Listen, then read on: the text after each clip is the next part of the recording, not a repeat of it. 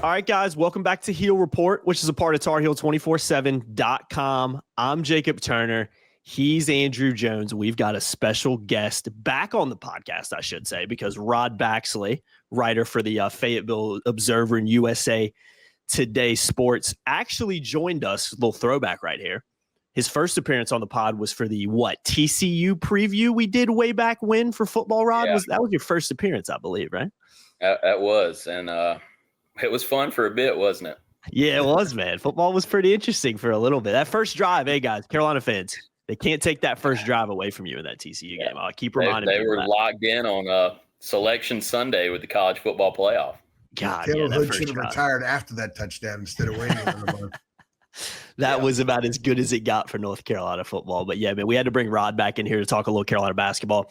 Again, he covers UNC and ACC sports for the Fayetteville Observer and USA Today. So yeah, man, looking really excited to have you back on and glad we were able to work it out. But we got a jam-packed show today. We're going to talk a little net, believe it or not. We're actually going to start out with that. You know, a running joke here at Heel Report that we just cannot stand talking about net. But this is going to be a different conversation about net. We're not having to dissect who Carolina can get wins over in the next few weeks to boost its net rating. No, this is going to be a little bit different conversation that we've had in previous years. Talk a little Luka, a little Henri as well. And we're going to go off script a little bit later on and maybe talk a little bit about this Notre Dame ACC standoff right now, because that's been the talk of the college sports world the last few days. So I'll get Rod and AJ's take on that as well. But it's going to be fun. Yeah, it is going to be fun. I'm interested to see what you guys got to say. But I want to start with the net because I think the way this season's setting up for North Carolina, me and AJ have talked about this previously in some other pods we've done. Carolina is shaping up to be 12-1 going into ACC play. They've got some very winnable games coming up, and albeit a tricky matchup in Atlanta in the CBS Sports Classic against Ohio State, but still a game I think most Carolina fans and people expect North Carolina to be winning based on where they're at right now. You combine that with the fact that, I mean, the league is just better this year than it has been in previous years. I know Rod mentioned this off camera. We went and looked at it and crunched some of the numbers, but 8 ACC teams in the top 45 right now, top 42 really, in the net rankings.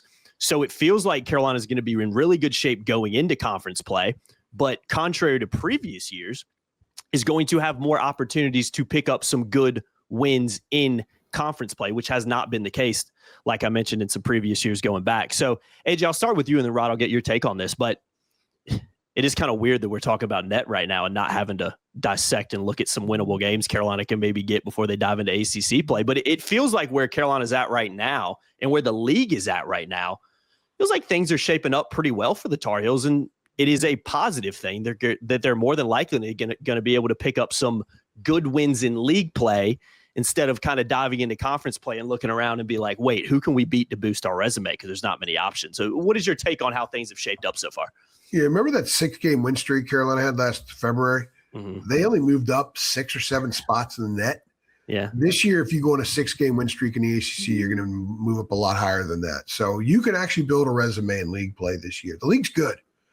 It's the best it's been, I think, since 2019 when they had 3 number 1 seeds. Virginia won the national title, and Carolina lost the Sweet 16 that year because the whole team was throwing up that whole day when they played Auburn because everybody was sick.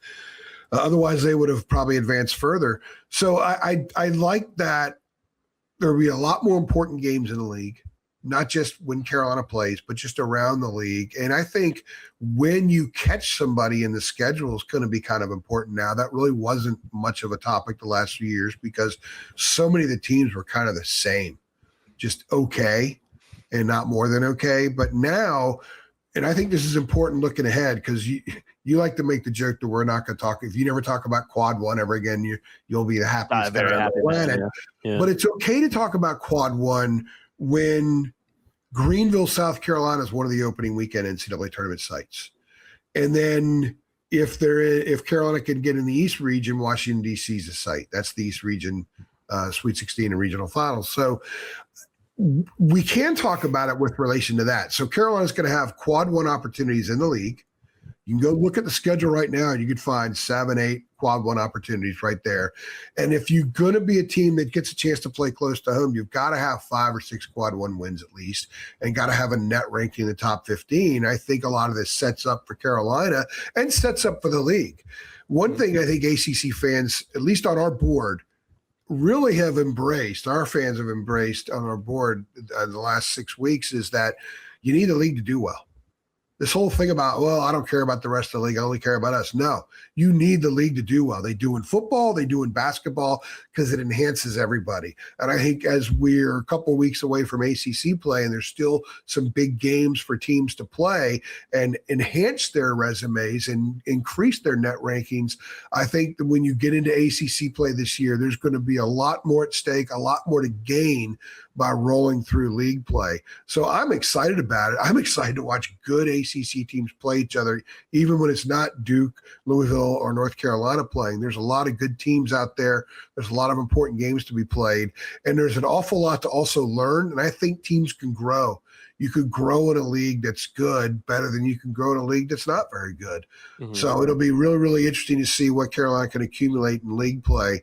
But the opportunities are there that have not been there the last couple of years. And I think that's the most important thing for Carolina fans to know and understand. Yeah, Rod, you cover the ACC too, as I mentioned. Like, what have you made of the league kind of so far? Do you agree that it's at least, where we're at in the season, shaping up to be a better conference than it has been in previous years?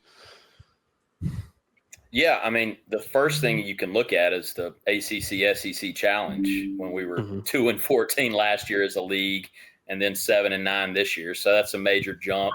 Syracuse getting the big win at Tennessee stood out to me. So for Carolina, there's not going to be as many points in the schedule where you're looking ahead like, okay, this is an easy stretch here. This is not going to be a part of the schedule that can help us. It can hurt us, but it can't help us. There's going to be more help us opportunities in this league this year from top to bottom. Really, you've got those three at the bottom that are really going to struggle, but from 1 through 12, 13, there are opportunities there and a lot of big wins early on in non-conference play, whereas we haven't had that in a few years. Mm-hmm. You can go pretty deep right now with the number of teams that have a really good non-conference win. I mean, you mentioned 8 out of the top 42. Well, you know who's not in that top 42? Wake Forest. They just won in Charleston. Really good beating West Virginia. Cal's not in there. Cal beat UCLA a couple weeks ago, followed it up last week with a win over Utah. Cal's pretty good. I think it's a matter of their schedule, maybe not. And the net is a little fluid, right? It's pretty fluid right now anyway. So you can go pretty deep. I think the teams in the league that are really struggling, you might see some changes. I would imagine that Boston College is in a situation where they're going to have to make a change. The loss that Jeff Capel had the other night at home to Hofstra, he's lost at home to Hofstra and Quinnipiac in the last couple of weeks, sandwiched bookending the win over Ohio State, which makes no sense. That just shows that he can't get his team up to play every night. And I think that course is going to run out as well, unless they completely flip it around. And Georgia Tech with Stoudemire, that's an issue as well. And Stanford's been okay. They lost at home to UNLV the other night. I think they're probably going to be a hard team to play on the road, especially for a lot of clubs that go in there. The building's not going to be full. Carolina will go in there. The building will be full. There'll be energy, but it won't be energy for a lot of other teams. So I could see Stanford stealing some pretty solid wins over teams that have a difficult time generating their own energy. But you could go pretty deep into this league and find good wins. SMU beat the crap out of Texas A&M the other night. And they also have a pretty emphatic win over Butler as well. Butler's turned out to be a pretty solid team. So I like the league. I'm glad the league is playing well again. God, the ACC needs something positive, doesn't it, guys? Yeah. Oh, God. The ACC needs something positive, and Carolina fans need to show up to the Smith Center knowing that a pretty good team's going to be there. I was impressed with the crowd for Georgetown. I thought it was going to be smaller. It was almost full. I think this shows that the fans recognize, A, this team's pretty good. They're fun to watch. B, that's a quality opponent that they played. So if they get that kind of crowd moving forward and better, which I think they'll get for league play, that helps the Tar Heels too. I think they have a chance to pick up really good wins at home because they play a lot of the better teams.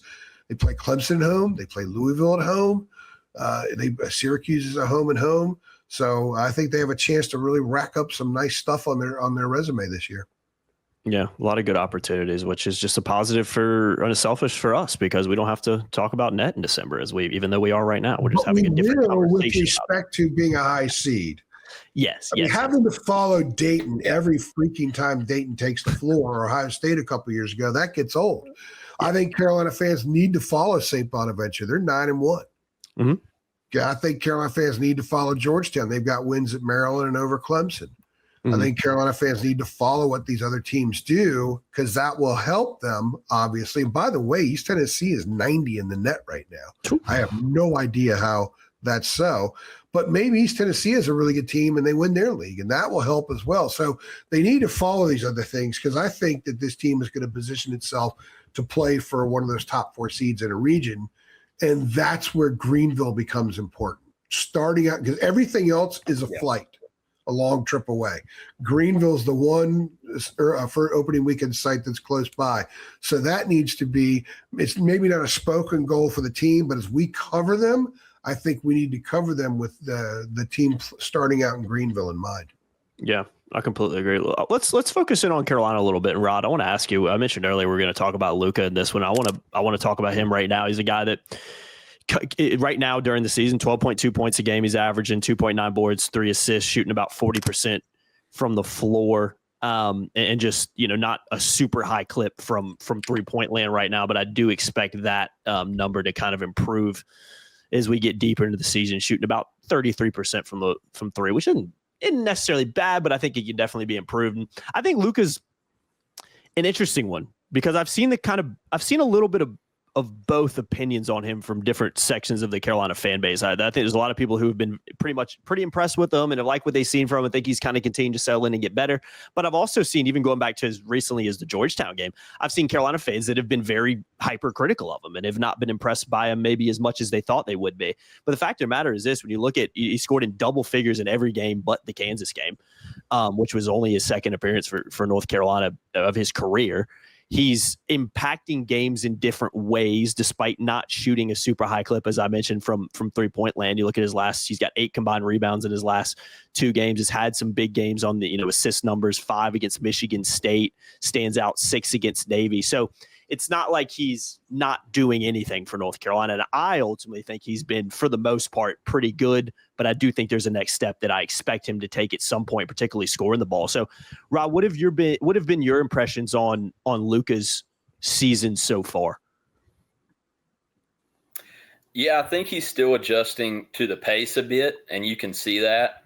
Obviously, the shooting, you want to see that improve percentage-wise.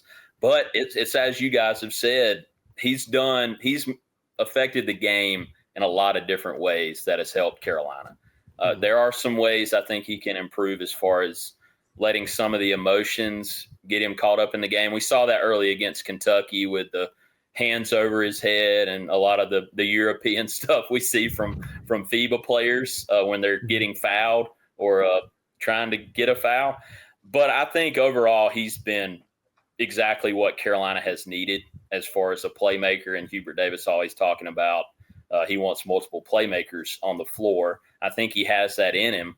But I do want to see the shooting numbers improve. I think they will. He's got great form. He hit that huge 3 against Kentucky that a lot of people might forget about. And then had some really good moments against Georgetown. And I know you guys have discussed it before. We've discussed it in the media room and elsewhere. He's going to have to be a facilitator at times for this group, depending on what the point guard situation is. And he's capable of that. He knows where the ball needs to go, and he can get it there. Mm-hmm. That 3 he hit against Kentucky was assisted by Caleb. And I think one of the things we've seen, Luka's shot selection has been better the last couple of weeks in part. And he's now learning how to play with 2 bigs that can pass. And that are willing to pass. They'll pass out of the double. They'll pass when they're not doubled. And they'll pass quickly. It's not like they grind it in and back in and then kick it out. They will move the ball. And I think he's getting more comfortable playing with 2 bigs that can do that. I don't know what his experiences were in the past at the Adriatic, but I doubt he played with guys like Henry and Caleb. So he's now doing that. And we're seeing him be more comfortable moving without the ball when they're not in running a set and they're a little bit more freelance. He just looks better. And one of the things, Rod, I want your take on as well, and Jacob and I talked about this last week, and you and I may have talked about it in the press room the other night, actually, Rod, is that when he was on the ball a lot against Michigan State, and I do agree with you, I think we're going to see him on the ball more moving forward, the floor just opens up. just by virtue of him being on the top with the ball. The floor opens up because other teams know he's a 4-level scorer. And now that he's getting more comfortable with the pace of the game and the way it's played, and as Henry pointed out the other night when I asked him about Luka, he said one of the biggest things that Luka's having to adapt to is how the game's officiated. Mm-hmm. Fouls are a lot different here than they were over there. Traveling is different here over there. Now that he's doing that, his drives in the lane the ball's gotten to the rim more lately. They've been more assertive. They've been more decisive than they were earlier. I think that's a huge, huge step forward for him as well. What are your thoughts about that aspect of his game and how you're seeing him just get more comfortable in the little things aside from the shooting that everyone likes to talk about, but the other stuff is going to lead to the shooting? Yeah, he understands angles and spacing. He knows where to be, how to get there, and we've seen him start to attack hips more when he's gotten guys on his hip. We're not seeing as many of those step back contested threes that so many guys love nowadays. And yeah, I think you're right. He started to adjust with how Caleb and Henry have had to adjust to double teams. And spacing is going to be paramount for this team moving forward because teams are going to pack the paint against Wilson and Veesaar because of that production. And you're going to have spacing. You can't have these lanes clogged up. And Luka has a great understanding of how to do that with the angles and how to attack, despite not having the overwhelming athleticism that a lot of these guys have at this level. Don't you think he makes up for it by economizing his movement? Yeah, I mean, we saw it last year with Con Knippel at Duke, and I know this is a Carolina podcast, but when you have the ability to attack angles and you know where to be on the floor and you play off 2 feet, you have an advantage against a lot of players because we don't see everybody play off 2 feet. We don't see everybody under control. And Luka, for the most part, has been that player and will continue to be that player from what we've seen as his confidence builds and as he becomes more comfortable with this group. Yeah, that's a really good point. Yeah, and I feel like he's a player, too, that I mentioned earlier. I mean, he scored in double figures in every game he's played in besides the Kansas game. But I feel like he's a guy, even when maybe the three-point shooting isn't going in as much as he wants it to, or he's not shooting as high of a clip from the floor than he can, he doesn't hurt you. I feel like he still impacts games, as we've talked about, because he's got such a rounded game. And I've maintained it. I know, AJ, you've mentioned this story on a few pods we've done about Phil Ford, kind of talking about Luka, and, he's very high on him. And I maintain it, too. I just feel like it's a matter of time before he puts 20, 25 plus on somebody. Like, I feel like he's capable of doing that. He's going to explode soon. Yeah, I think so too. And I keep thinking it, like, maybe it's this game, maybe it's that game. Like, but I really genuinely feel like it's just a matter of time. And just imagine how much better Carolina is going to be, especially on the offensive end of the floor, when he gets going. Like, I think not only we expect, Phil Ford expects, but I think people in the program expect too. He has been good so far this year for North Carolina. But as we've talked about, I don't think there's any doubt that there is another level he can go up to. And I think maybe for North Carolina, you're looking at it and saying, maybe we don't need Luka to peak in December. Maybe we'd rather him peak in February and March. I think there's a couple of levels. What about you, Rod? Where do you see, how many levels do you think his game can go? Yeah, I think he's got a few because, I mean, we haven't even mentioned it yet with Seth Trimble coming back and how that's going to help the break and get you out in transition. And if you've got Luka filling one of those lanes on either side, he's going to have more opportunities on the break, more easy opportunities to shoot threes in transition, which is, I mean, as a shooter myself back in the day, those are my favorite threes, man, when you're stepping into it. And he's going to have more of those opportunities when Seth comes back because of his ability to get into the lane and get 2 feet in the paint. Yeah, there's no doubt about it. That's a great point, Rod. I'm looking forward to seeing what he can do, especially when Trimble comes back to lineup. We need video evidence of that, by the way. Yeah. Rod Baxley on the break, in transition, floating out to the wing, catch and shoot, stepping into the three. I'd love to see it, man. I'd love to see it. Absolutely love to see it. Kind of like Nate Oates, man, except no layups over here. Threes only. No layups and threes, just threes. Just rain in the threes, man. I love it. Might as well. If you're going to shoot, you might as well score as many points as you can from that shot. So let's talk about another European import, I'll call him, for North Carolina. That's been Henri Veesaar. Been another, I think, just been fantastic this year for the Tar Heels. And it's funny because we knew he was good. I mean, me and AJ did a lot of stuff before the season talking about and maintaining that he was the best portal pickup that Carolina got in the offseason. And he's shaped up to be that. I mean, he's averaging 16.2 points a game, 9 rebounds, nearly averaging a double-double. I think one of the most impressive things about his game too, guys, is didn't have a single double-double in his time in Arizona. You look and he's had what this year? Is it 3, 4, 5 double-doubles so far this year? 5 in 9 games. And that is not something I necessarily expected just because you look at the sample size of Arizona, and that wasn't really the case with him. So he, I think, is surprised me in on how good of a rebounder he can be. And I think that in turn has taken his game to the next level. Scored in double figures every game this season. I think his lowest scoring game was 10 points, had a 24 has been his high against St. Bonaventure. So Rod, I'll start with you. I think Caleb Wilson is still the best player on the team, but I think what Henri Veesaar has brought to this year's team, I don't want to say I've been surprised by it because, as we said, I did think he was the best transfer that Carolina got. But I think in a way, though, he's been a little bit better and more dominant at times than maybe I expected him to be. So what have you made of Henri Veesaar so far this year? Yeah, the biggest thing for me has been the physicality. I wasn't sure how he was going to adjust to that with having to be the guy in the post as far as the center position. And he's talked about it a few times actually with boxing out last year and, a couple years at Arizona and to make sure his guy doesn't get the ball, but he's not attacking the ball. He's attacked the ball this year.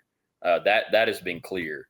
And he has been just elite in pick and roll situations as a passer, as a finisher. And in the last few games, I know AJ and I talked about it at Rupp Arena, we've seen an increase in post moves and a confidence there and going through somebody's chest to finish. And I love the emotion from him. He seems like that emotional leader for this team with Seth on the sideline. And when Seth gets back, you see the emotion from Henri firing up his teammates, getting mad or getting glad after plays. But, this guy has been exactly what Carolina needed after a year that, quite frankly, did not look like Carolina basketball. He has been the UNC center we've been accustomed to, and he's making 40% of his threes, which I think is second only to Derek Dixon, maybe. Is that right, AJ? Mm-hmm. Yeah. Yeah. So he's been great. Just the last few games, this stretch that they just played was so good for this team because sitting there on the baseline in Fort Myers, St. Bonaventure's physical team, well-coached, physical. They got dudes that are going to shove and push. Earlier in the year, Henri was kind of caroming off other big guys. Now he's not. And it's defensively, it's boxing out, it's going after balls. Also offensively, you just made a great point, Rod. He's now scoring by going into guys, going into their chest and scoring. And Caleb is starting to as well, which is huge because I think he's got more room to go playing through contact than Henri because he hasn't done it at this level as long as Henri has. But the fact that Henri is scoring physically is a massive sign, positive sign for this team because I wasn't sure that would be the case. I mean, he would bounce off guys a month ago. He's not doing it now. And, he understands I'm not going to get a whole lot bigger, but I can get nastier, play with an edge. I think the edge is coming out with all the success. I think he's becoming edgier. I think he's becoming more vocal. My column the other night after Georgetown was about him screaming and what it meant. He had a move against Kentucky, probably the move that you're thinking of. And you were sitting next to me at Kentucky, weren't you? Or you were sitting one seat over from me. And one seat over, we had RL between us. Yeah. Well, got to have RL up there, damn it. Yeah. He spent the whole time going back on defense, screaming at the Kentucky bench. So this team's got a lot of screamers. Caleb's a screamer. Seth is a screamer. Henry's a screamer. And they're screamers with a purpose. It's not faux screaming. It's not faux energy, faux intensity. It's legitimate. I think the more success Henri has, he's getting better by the game. The more he plays into guys, he's turning himself into a first-round pick, guys. Yeah. There's no doubt about it. And you win national championships we got to have at least 2 or 3 NBA guys. They've got them. Mm-hmm. And they've got a damn good front line. And to stay on this Henri thing with the front line, John Rothstein, who is not a fan of Carolina, Carolina fans are not a fan of his, but he said the other day, look, this is the best front court in the country. And that's kind of taken off on social media. I think he's right. at least if I think in Carolina terms, and you both can, Rod, you've been around a little longer than Jacob has, I think this is their best duo up front since Zeller and Henson in 2012. And I think this is a duo that if you get competent, consistent play in the backcourt, they can take you a long way in March. I think I'd agree with that. Yeah. I think I would agree with that duo being the best since Zeller and Henson. I do. And I think one of the things too, as you mentioned, AJ, is the vocal side of it. If you go watch his Arizona highlights, he was vocal at Arizona, but I want to ask you guys too, just to stay on him even more for a second. Not only is he vocal, but I feel like he's kind of now one of the de facto biggest leaders on this team. I mean, the Georgetown, I was watching the Georgetown game on TV, and I'm sure you could hear it in the arena. I don't know if I've ever heard, I could almost make out what he was yelling on the TV broadcast in a, 18,000 people sitting in the Smith Center cheering. I could hear what he was saying almost. I feel like if I would have slowed it down and really listened to it, I probably could have verbatim heard what he was saying. And he's such a vocal guy that I feel like that's rubbed off on the leadership side too. It's not like he just gets frustrated and starts yelling at people and getting pissed off or starts talking trash to the bench. He's a guy that I feel like has maybe brought more of a leadership element to the team than I maybe thought he would as quickly as he has. Because let's not forget, guys, what are we, 10 games in right now? I mean, I think that's been a surprising thing. The skill, we knew he was talented, but I think some of the other intangibles that he's brought to this team, some of that kind of screw you mentality, some of the vocal leadership stuff that he's brought has been, I don't want to say a surprise, but maybe it's happened a little bit quicker than I thought it would. You look at Brady Manick was a guy who was kind of a leader for that team, but it took him some time to kind of grow into that role. I think Veesaar even more so is just really kind of stepped up in that reality. And it obviously helps too when you're playing well on the court. It's hard to be a leader if you're not performing too. So what have you guys made of, and I'll start with you, Rod, do you agree that he's maybe brought a little bit of that leadership mentality and stuff that maybe, I don't want to say we didn't expect, as I said, but it just feels like that's a part of his game that doesn't necessarily show up on the stat sheet, but is just as valuable than putting, points in the basket at times. Yeah, he's been, well, you guys know I like to use another word for this, but he's been an antagonizer. And great teams have to have guys who can get the juices flowing, who can get under another team's skin. And I think Henry's got that. I wasn't sure who was going to be that guy on this team, but now we're starting to see several guys display that attitude that you have to have in these trench moments, in these get dirty moments, and I think hand in the dirt moments, as Dave Doran would say. Henri Veesaar is a guy that has become that for the Heels. He's been an antagonist, and I love to see it because you have to have those guys if you want to be great. All the great teams have them. He's been that guy, and I think some other guys have displayed some of those traits as well for this Carolina team. And that was one of my questions coming into the season. Who was going to be that dude or dudes for the Tar Heels? I call them screw you players, and they have a few. I think Jonathan Powell's got some of that in him too, by the way. Yeah. Going back to Henry and the leadership thing, there are lots of different ways guys can lead. It's not always, okay, guys, let's go get him. That's actually very rare when you talk about leadership. A lot of it in a college locker room. I'll go back to Tyler Hansbrough to make a little Henry comparison here. Tyler had such a motor, and I think Brady kind of did this some too. Tyler had such a motor that everybody else in that room wouldn't dare slack off because Tyler would just look at him a certain way. And you've got that guy leading the way who is just going up the mountainside, arms out, screaming, taking all the bullets as they carry him off of him. That's your guy. Everyone else is going to sort of follow. That is a mentality in that room. I think Henry has a lot of that. Danny Green told me, he said, if you slacked off and Tyler would just look at you a certain way, he didn't say a word, just look at you. You're like, oh, crap, I better get it going. I don't know if Henry has that just yet. I think that's something that accrues and builds over time, but I can see that process being in full force right now. And it's not just him. When Seth comes back, Seth's going to have that. I think Caleb has some of that. I think Jonathan Powell has some of that. I think Luka has some of that. And I think in time, Derek Dixon will. We're waiting to see Kyan. I think that's part of Kyan's adjustment right now is playing with a lot of alphas. They have more alphas than we realize. And I think there may be even more moving forward. It's a really good point. I do agree. That's a really good point you brought up about having more alphas than we maybe thought they did. And that's huge because, Rod, you hit the nail on the head, man. You got to have those guys. Like, all the best teams have that. Like, you have to have guys like that. I thought antagonizing is a great way to put it. Like AJ said, we call them screw you guys, but like antagonistic players is exactly what you want. You're not going to most of the time accomplish many things as a team if you don't have guys out there that really like take this stuff personally, you know what I mean? And live and breathe this stuff. Yeah. So he's been fantastic. And I don't want to say, I think the thing with him too is I still feel like there's, and I'll get y'all's take on this before we move on. Like, do you guys think there's another level he can still go to? I'll start with you, AJ. Like, do you think we're seeing the best of him right now, or do you think there's still another notch to his game that we maybe haven't seen yet? I said the other day, I think it was after three things maybe, that I think, when you get a great job and you can't wait to wake up in the morning and go to your job because you just love it. You're excited. There's all this possibility with that job. I think Henri wakes up every day, can't wait to get to the gym. Can't wait to get better. He is improving literally every game right now.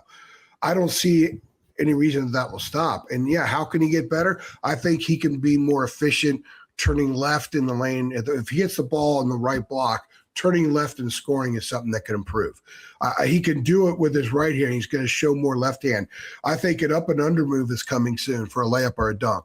I think some of that. I think he could be more efficient with using using the rim as a protector and going up and under and doing some reverse layups. I think he could be more efficient in traffic, and part of that is just playing through the contact. He's doing it now. He's just got to get better, and the more he does it, the more confident he's going to be, the better the ball is going to come off his fingertips. Rod knows exactly what I'm talking about. When the more confident you are, the ball just comes off the fingertips different. And I think with Henri, the confidence in the lane, not that he doesn't have it, I just think that there's this vast space of confidence where he can go. So he's here right now, and I don't see any reason. I'm going to get on the camera here. I don't see any reason why I just can't keep going like that. And when it does, he's going to reach a point where there's not one move he doesn't think that he can't make. So, I think he can get a lot better. I think there's a mid-range thing there that we're going to see some more of as well, especially with the doubles. I think scoring – the day that he can score out of a double team, where he can, because he's pretty good at kicking out to the perimeter, and the guys have to hit threes to go along with it. When he fakes a pass out of the perimeter, puts the ball on the ground, splits the double team and scores, that's the day that he's taken that next step too. 100%. Yeah, I completely agree, Rod. I'm gonna ask you a separate question real quick, Rod. Who wins 1v1, Caleb Wilson or Henri Veesaar? Because now in my mind, that's the only thing I've been thinking about the past minute. I'm like, who would win that? That would be a fascinating one-on-one, wouldn't it?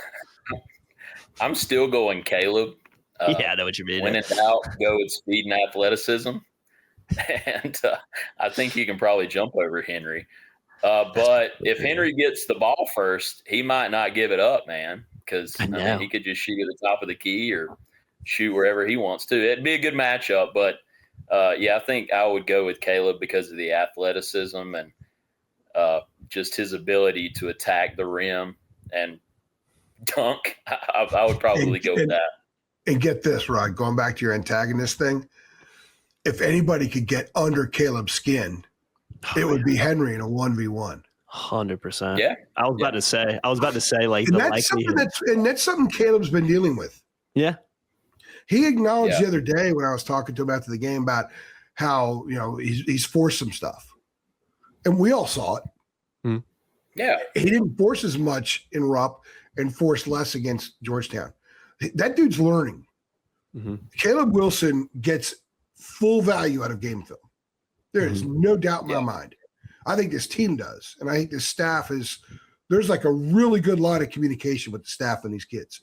The Michigan State game, they got so much out of that. And they've applied it the last two times we've seen him play. And Caleb, 100%. He went 20 minutes without scoring, had 4 shots. A lot of that was, I think, on Huber for running too many sets and not getting specific touches for Caleb. But that was also Caleb finding ways to get his touches. He has to learn how to do that. Every player, every kid that you see playing basketball in a driveway or a playground or whatever, the ball's in their hands. One of the hardest things for players that want to be great to learn how to do is how to be great when the ball's not in their hands. And we're watching Caleb learn that right now. And that Michigan State game gave him 20 minutes and 14 seconds of film of how to go be great without the ball so you can affect the game more with the ball. And we're watching that play out. And I think this is something that we can revisit, Rod, we can revisit with Caleb like in a month or so about what he learned from that stretch. And I bet you he's going to have a great answer. And I bet you he doesn't go 20 minutes and 14 seconds without scoring again and only taking 4 shots. The 4 shots to me was the more surprising stat there than the no points. Mm-hmm. Mm-hmm. Yeah. Yeah, I've been super impressed with him. I mean, he's just the way he hit the ground running this year. I mean, it's just, we were talking about early in the year, but I can't think of a more ready-made freshman, at least in my lifetime, that I've seen at North Carolina. And he just continues to improve. He's just such a talented player. As I mentioned, he's been Carolina's best player this year. And I just think the way he can score in so many different ways is just so impressive for his age, and the maturity you talked about too, AJ, because a lot of freshmen, like, you make mistakes early and it takes you a while to figure it out. And maybe it's year 2 before you really fix these things. But it's like, as you mentioned, it's like Caleb Wilson watches the game film one time. He's like, all right, yeah, I'll fix that. And it's fixed. Like, I think he's just been so impressive, and I knew he was good. And I'd like to get y'all's take on this too before we move on to the fun Notre Dame topic. But I didn't necessarily know he was going to be, or expect him to be, as good as he has been. He's almost surprised me in that respect. Especially offensively. And I want to get Rod's take on this. Yeah. Early on, remember Caleb's first 2 or 3 baskets almost every game were dunks for a while? Mm-hmm. Mm-hmm. He had 20 the other night without a dunk.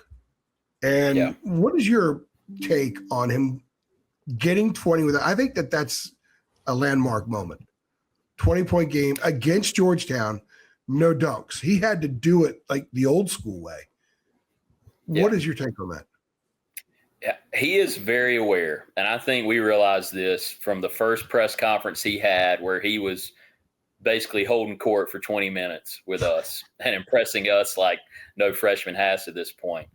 So I think he's seen on social media where a lot of folks are pointing out, yeah, but what's going to happen when he can't just dunk every play? What's he going to do when he can't dunk? And, well, against Georgetown, we saw what he can do when he can't dunk. He can knock down that 12 to 15 footer with regularity. And I think he's realized, like A.J. DeBonsa did last night in the second half against Clemson, even though you might not be getting the ball, but you can go get the ball. Offensive rebounding can be a weapon for you, and you can score that way. You can get to the free throw line. So we've seen that with Caleb. Obviously, the three-point shooting is an area he can improve in a lot. But if he's getting layups, dunks, and those 12 to 15 footers, you don't need to be shooting threes, man, if you're that efficient on the interior. So, yeah, I'm with you, AJ, on that one. And draw more fouls. Henry's drawing fouls. Yeah. Caleb needs to draw more fouls. Yeah. And that'll be another little mark to check off as his game grows, as his game matures, and as he gets used to playing night in, night out, power conference caliber players. If he starts going to the line, attempting 7-8 free throws a game by end of January, I mean, that's just a sign that his game is continuing to skyrocket. And I mean skyrocket 100%. The other night to me was his most impressive game. It was a quiet 20. I went up to him. I said, a quiet 20. I mean, it's just a quiet 20. For a guy who is so theatrical, so emphatic, to have a quiet 20 speaks volumes about him up here and about how he just allowed the game to happen and took advantage of all the little particles that came his way. Yeah, he's just so impressive, man. He's so good to watch, and has surprised me. Like I mentioned, I knew he was going to be pretty damn good. I didn't really know he was going to be this good, though. And if he continues to play like he is, it's almost like him in like. And every time I see because I'll see Cameron Boozer will put up numbers. You're like, man, that was pretty good. I feel like I mean, there's no doubt in my mind that Caleb Wilson sees those things.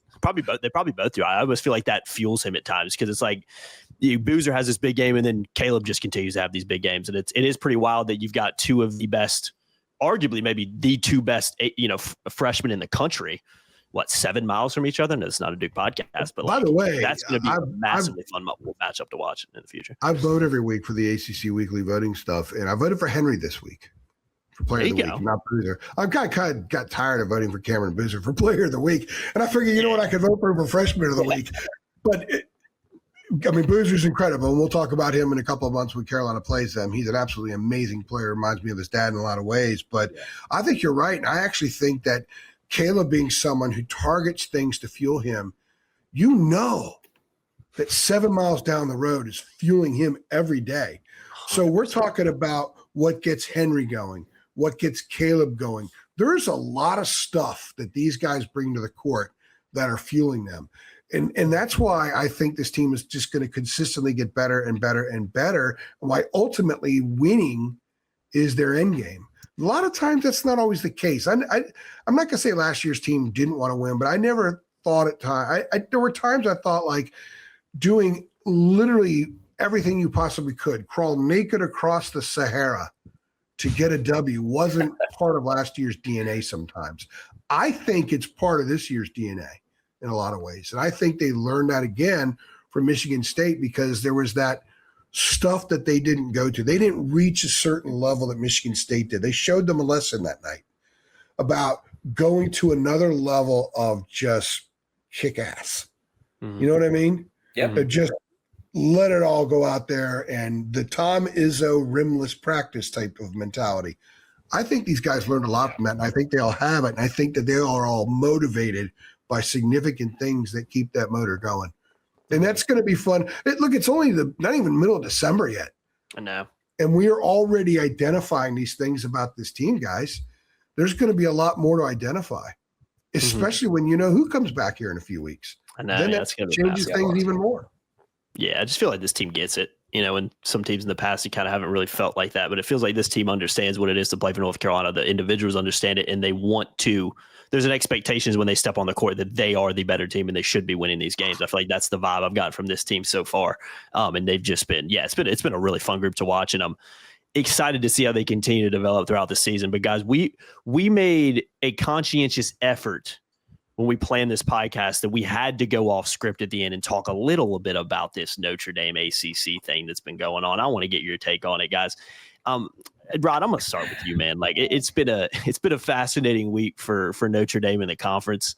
I would say all of which is really Notre Dame's doing with their AD coming out and doing the interviews that he did after they didn't make the playoff. But Rod, like what's going on and what have you made of this whole Notre Dame ACC? I call it a standoff because it's like just two people just pointing at each other like, you're the problem. No, you're the problem. No, you're the problem. Like, you know what I mean? Like, what the heck's going on here? It's been absolutely comical to kind of follow and hear different people's opinions on.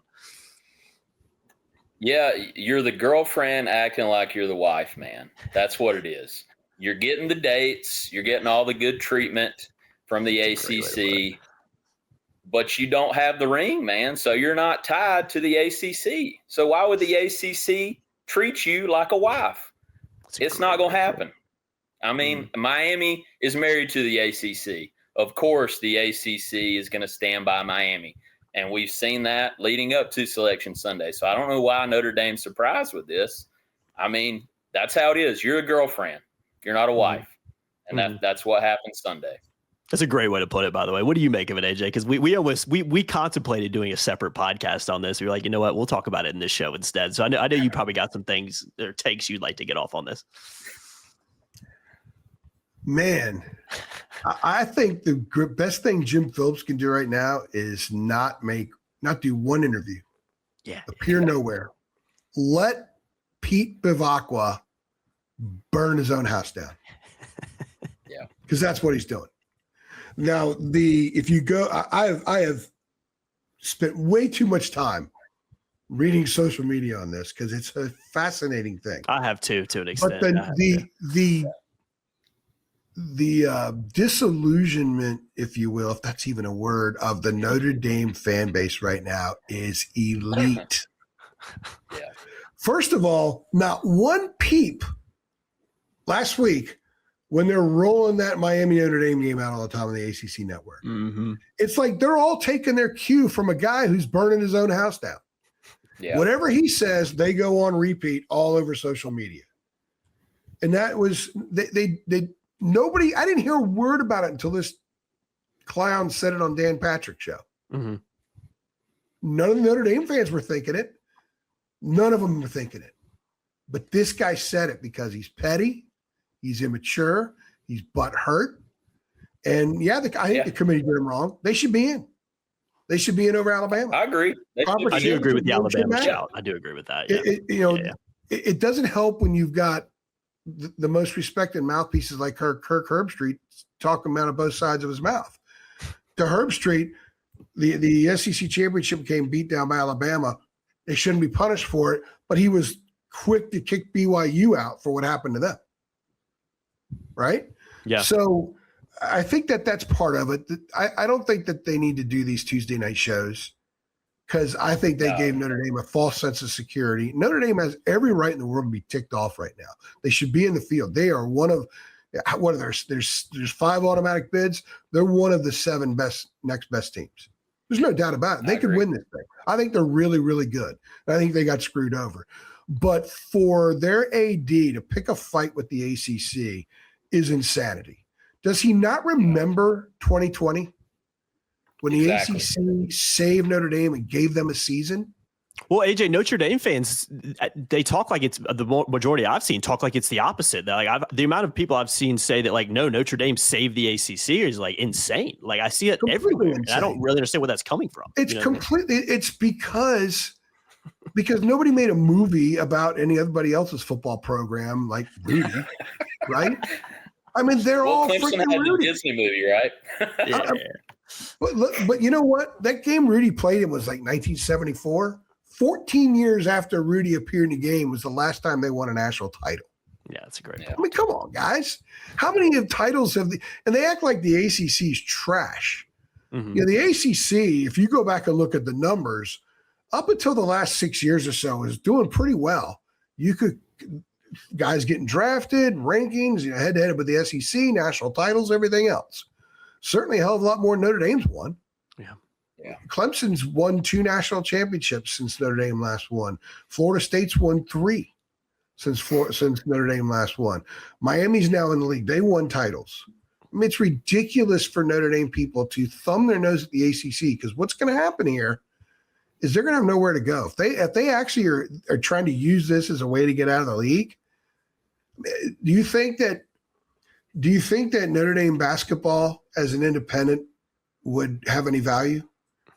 Do you think Notre Dame baseball is an independent? Because that doesn't. Who's to say that another conference is going to want to bring that on?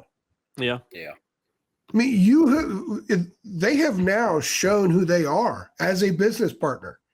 Do you want a business partner to be completely detached from reality, and then go fire away at you publicly the way that they have if they don't get their way? Why would the Big East run to them and say, "Come help us"? What are they going to do for the Big East? Notre Dame would be the 7th best Big East basketball program. They're not going to help them there. Yeah, 100%. They're not going to go to the Big 12. The Big 12 doesn't need that net mess. And Notre Dame would be too elite to go to the Big 12. They're not going to align themselves with Iowa State. Mm-hmm. They're not going to align themselves with Arizona State. And the SEC and Big 10 don't need them. Why would they add that? And they're not going to. I don't think Notre Dame wants to go to the SEC in football. They would be insane to 8-4. Like, you know what I mean? Like they're not going to go and just like dominate that conference like they think. I don't get it. But even work out some kind of scheduling agreement. Yeah, that's what I'm saying. Notre Dame has a great situation with the ACC. But you know what?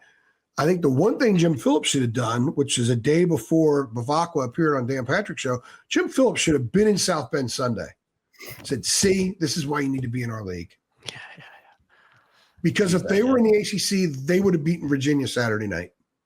Yeah. And it would be no question. Oh, yeah. I think that you're 100% right about that. They need to be in a league because no one's going to schedule them, guys. Rod, who's going to schedule them? You saw earlier today where NC State and Georgia canceled that series. Who was it? Urban Meyer said if he's Ohio State, he doesn't go to Austin next year and play the back end of the home and home with Texas. If Texas played Wyoming instead of going to Ohio State, they would be in the playoff right now. That's a good point. So why would anybody play Notre Dame? If you're the SEC, you don't need them to fill your stadium. Your stadiums are full. You don't need them for TV ratings. You've already got that. Pretty much the same thing with the Big Ten outside of a handful of programs. Why do you need them? Notre Dame is walking on walking down a dangerous path right now.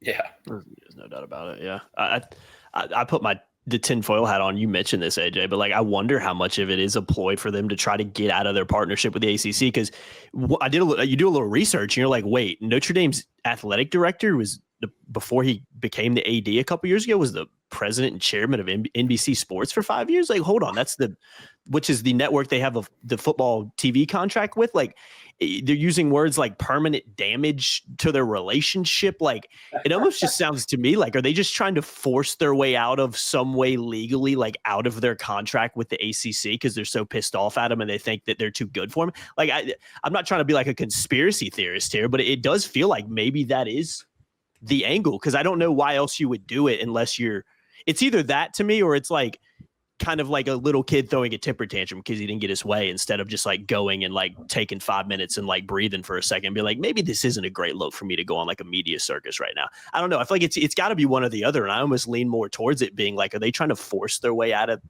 the conference for some reason? I don't know. I'd like to get your take on that too. Rob, what do you think? Well, what we need, guys, is all the Miami players to go into Mario Cristobal's office and put their jerseys down for Notre Dame, so Notre Dame can play in the football playoff. We're talking about Rudy, and that was just going through my mind. Me too, Coach. Yeah. Yeah, man. Yeah, Jacob. Nothing would surprise me at this point in college sports, man. No, I mean, absolutely not. With private equity and all the other factors we have to deal with now, nothing would surprise me with any program anywhere. So what do you think? What do you think their motive is? Let's say their motive is to try to figure out a way to get out of the ACC. What happens to Notre Dame? Do you think anybody else entertains that mess? I mean, if you want to talk about TV ratings and stuff, I guess, but you had such a cushy situation with the ACC. Why would you want to mess that up, man? I mean, I don't get it. And they still get to play all of these key non-con games and longtime rivals like Stanford and USC with this deal. So I just don't get why you would mess up something that has benefited you more than it's hurt you. Okay, let me throw this one at you. Why would USC want to play Notre Dame anymore? College football has very quickly become a postseason sport. Yeah. Just like basketball. Mm-hmm. So if you're USC, you already have to make 2 or 3 trips east, at least to Michigan or further east every year, right? Yeah. Why would you add every other year a trip to South Bend in the time of year that they go there anyway? Why would you add that to your schedule when it's not really going to help you achieve what you need to achieve? Yeah, that's a good point. If you win 10 games in the Big Ten, you're getting in the field pretty much. Yeah. Mm-hmm. Yeah. Mm-hmm. So why I think Notre Dame's gonna have a hard time filling out a schedule if they do this, and they actually do think that cutting ties with the ACC is best for them. They're gonna have to play the academies. They're gonna have to play UConn. They're gonna have to play a bunch of schools from the MAC. And have to pay them a lot. Let's get the D2 champion to South Bend. Yeah, maybe they could go FCS and they could, go beat Montana State on the road if Montana State's players aren't fighting coaches. Yes. Yeah. This is a great clip, by the way. Fantastic clip. Yeah, it just doesn't really make any sense to me, man. And two, it just comes back to the whole thing about the whole way the college football playoff is set up. It needs to be expanded. The whole committee that picks this stuff, I just think they need to find a different way to do it. I think expanding it to at least 16 teams solves some of these problems. But again, if you expand it to 16, then you're kind of sitting here and say, well, the 17th team's going to be pissed off. We do it with the NCAA tournament. There's 68 teams. It's never going to be different. Exactly. Yeah. Never, I think one of the problems is that not giving the ACC champion should be automatic for the 4 powers, and then you give one G5. You shouldn't have 2 G5. James Madison and Tulane should not be playing in this event with Notre Dame not playing in it. That's a big. Well, I think if you expand it too, you kind of solve that issue a little bit too. Maybe at least you can. It feels a little bit easier if you've got 16 teams and maybe. Okay, but the thing is that in. We've already seen Tulane at Ole Miss. Why do we have to see it again? That's true. They got killed. Yeah. JMU played 1 game against Power Team, and they lost by a couple of touchdowns to Louisville. Mm-hmm. I don't understand how this isn't the NCAA tournament where I think, like, I hate the Dayton stuff where they make the MEAC champion, the SWAC champion, the Northeast Conference champion play in those games. Those kids all deserve a chance to play on Thursday or Friday against a big boy. You shouldn't have to lose your NCAA tournament game if you're New Hampshire and you lose to Coppin State. Yeah. That's not an NCAA tournament experience to me. The Dayton should be about all the large teams trying to get themselves in. So, but this isn't that tournament. This isn't, well, JMU deserves to play a big boy. North Texas deserves to play a big boy. The tournament's not that big. I could see bringing in one G5 and they have to measure up to a certain ranking or they don't fit in. Mm-hmm. If you're going to have 12, you got to get the best 12 or at least the best 11 and a really good 12th team. And they didn't do that this year. Mm-hmm. So there are a lot of things that need to be fixed. I get why Notre Dame's upset. If I was a Notre Dame fan, I'd be furious too. But I wouldn't have directed it at the ACC. The ACC did what – I mean, did Notre Dame share any money last year with the ACC from the CFP? I mean, did Notre Dame politic for Florida State 2 years ago? Yeah, that's what I'm saying. It's a two-way street. No, it's ridiculous. They're making them – and they're hurting themselves. Mm-hmm. But I think Jim Phillips sitting back, just letting them do it, then go have a conversation once Notre Dame realizes it's done damage and maybe the ACC is in a little bit more of a position of strength and Notre Dame should join the league. And if the ACC says, look, your regular partners are Stanford and Boston College, that's a good deal for Notre Dame. Mm-hmm. Yeah. Because you get those two. And they can figure out what they're going to do outside the rest of their schedule. Maybe play one of those others. Maybe USC will still play them and keep that game. But it's time with the changing landscape of college football that they join a league because who's to say that the other presidents don't get together and say, you know what, you got to be in a conference to play in the CFP. That's a great point too. Because Notre Dame's not winning fans over right now. They're losing. They're building more angst toward them around the country. Yeah. And I don't even think I've heard some people talk about it. I'm assuming it's true that I don't even think Notre Dame's TV contract with NBC from the football side is even like as lucrative as it used to be because of how the TV contracts have shifted in the conferences. Like, I don't even think that deal is like, it's like they're making X amount of more money by staying independent than they would be if they joined a league or something like that. Like, I don't even think that's like this massive selling point anymore than maybe it used to be in the past. So I just don't understand why they don't join a conference. Is it just because they want to be independent and that's just they want to sit on this pedestal where we don't want to be a part of a conference in football? It's arrogance, elitism. Yeah, it's just I don't really get it at this point. Like, what's the incentive besides you just wanting to have that tagline beside you? I don't know. Rod, if you're the president of NBC Sports and Notre Dame decides to pull away from the ACC and they're having a tough time filling a schedule, don't you go to Notre Dame and say you're not supplying the product you agreed to? Yeah. I mean, if they're going to go try to get out of the ACC and file accusations at them, NBC can do the same thing to Notre Dame. And then suddenly that TV deal is not worth as much. If you're playing Bowling Green and Navy, that TV deal is not going to be worth as much. It doesn't move the needle, yeah. And I mean, we've got Sunday Night Football. We've got the NBA back. So, we're making moves at NBC. Exactly. It's just an interesting conversation. We had to bring it up on. And then the NBC will turn right around and sign a deal with the ACC. Yeah. Oh God, wouldn't that be hilarious? I'm very intrigued to see how this. Last thing I'll say, I'll ask you guys this. AJ, how do you think this? Do you think this thing is just over already? Like, how do you think this thing ends? Do you think it's just Notre Dame went and complained, went on their soapbox for a little bit, and it's over? Do you think anything comes of this? It kind of feels like it's. I don't know. What is your take on how this whole thing kind of wraps itself up? I think the teenager has stormed upstairs, has screamed, "I never wish I was born. I hate you both." Slammed the door. They're still crying some.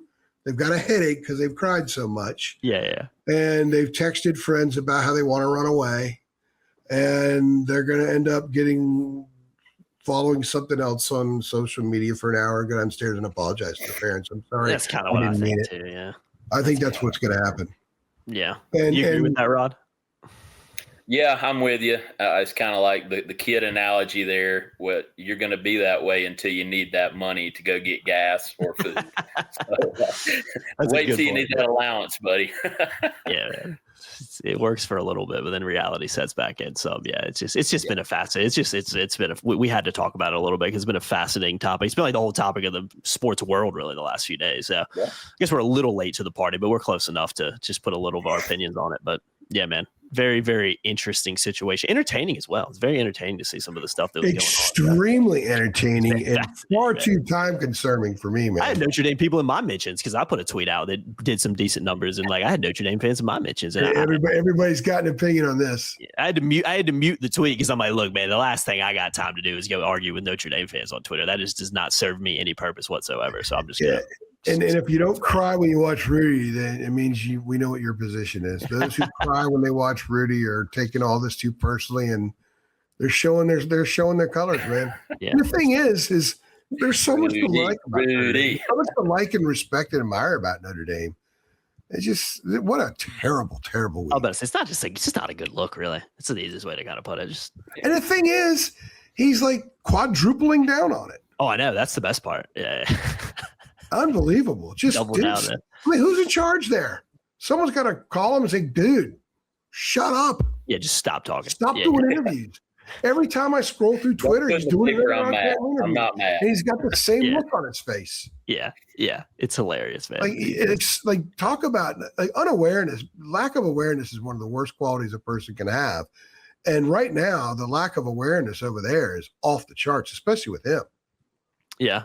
Just take a breath next time. Do some breathing exercises maybe, and then refrain from going on 50 interviews and just talking crap about it. Just relax for a second. We've all been there. We've almost, typed an angry tweet response out or text message and deleted it. We've all been there before, man. Yeah, cool off for a second. Take a shot of some Russian vodka and take a nap. Yeah, you should have been in the playoff, whatever. But, maybe too, AJ, like I thought Clark Lee at Vanderbilt had the best. Someone asked him about them not making it. I'm not saying they should have been in, but he's like, look, guys, we didn't take care of business during the season. Like, that's the thing with Notre Dame. Like, just how about like beat A&M or Miami? I do agree they should have been in, but like there's just no like accountability. It's like everybody else's fault but theirs. Like if you just win one more game, then this isn't even a discussion. So I don't know. I feel like there's a severe lack of accountability with it too. Did you guys see what the Big 12 commissioner called? He's talking. He called his actions egregious. Yeah.